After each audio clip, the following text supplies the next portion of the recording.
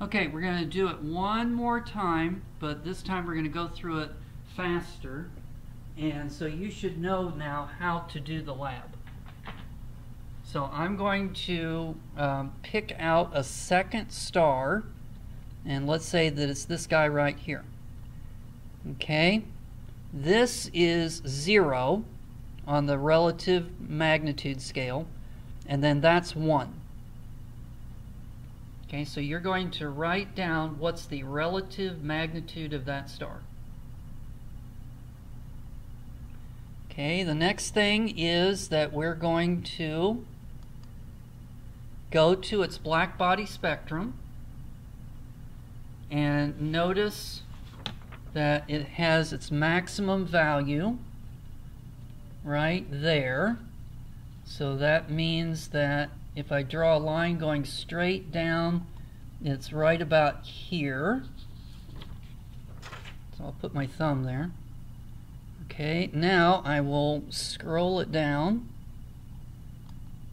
Okay, so I'm going to put my thumb right about here. Actually, how about I put my pen there? That's even better. Okay, so right where I got my pencil, that is the maximum wavelength. This is 200 right here, and that's 300 right there. Okay, so now you can calculate the temperature using Wien's law. So we've already done that. So you do it for that star. Okay, you can, now we're going to go to the HR diagram.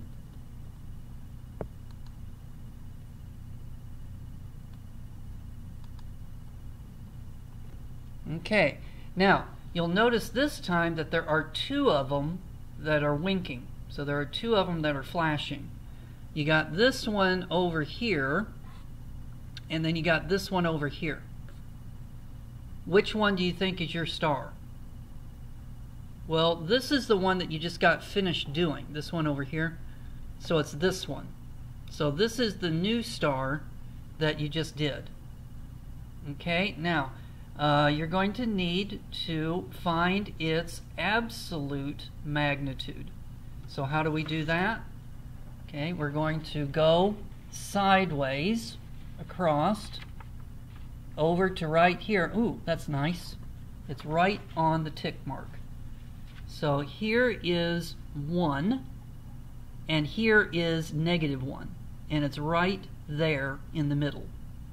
So what's its absolute magnitude? Halfway between 1 and -1. Okay, so now you can put in the measured absolute magnitude using the HR diagram from the help menu. Okay, now the next part is to either use the graph or the formula in order to calculate the distance to that star.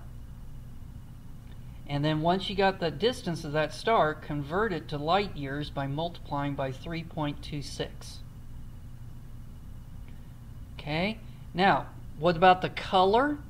Alright, so now we're going to go to our HR diagram in the lab, and you're going to, based on the temperature that you've measured, you're going to write down what's its color, okay, what's its luminosity, what's its mass, what's its radius, and what's its lifetime. So all of that you get from the HR diagram.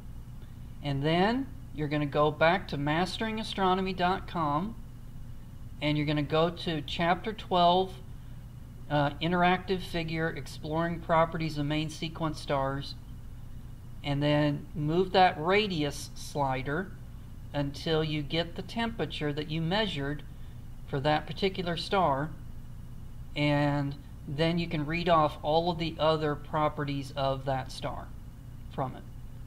Okay, now do your post-lab questions. So let's take a look at them, make sure that they're doable.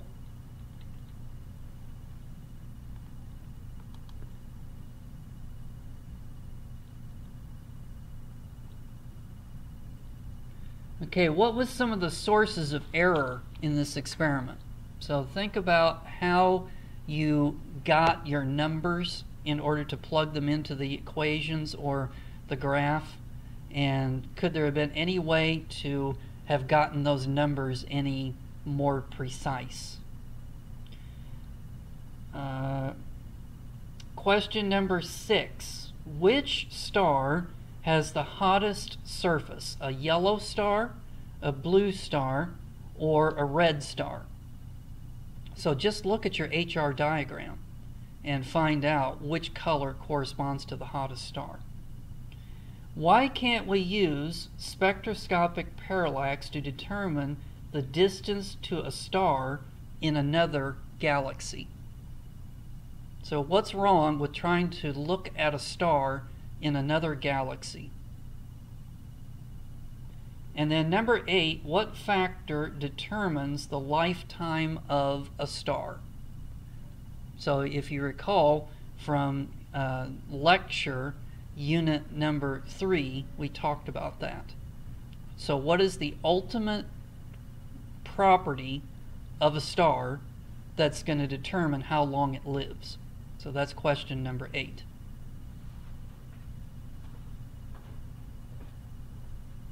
Okay, so I'm finished now, and so that's it for this particular lab, and I will then see you in class.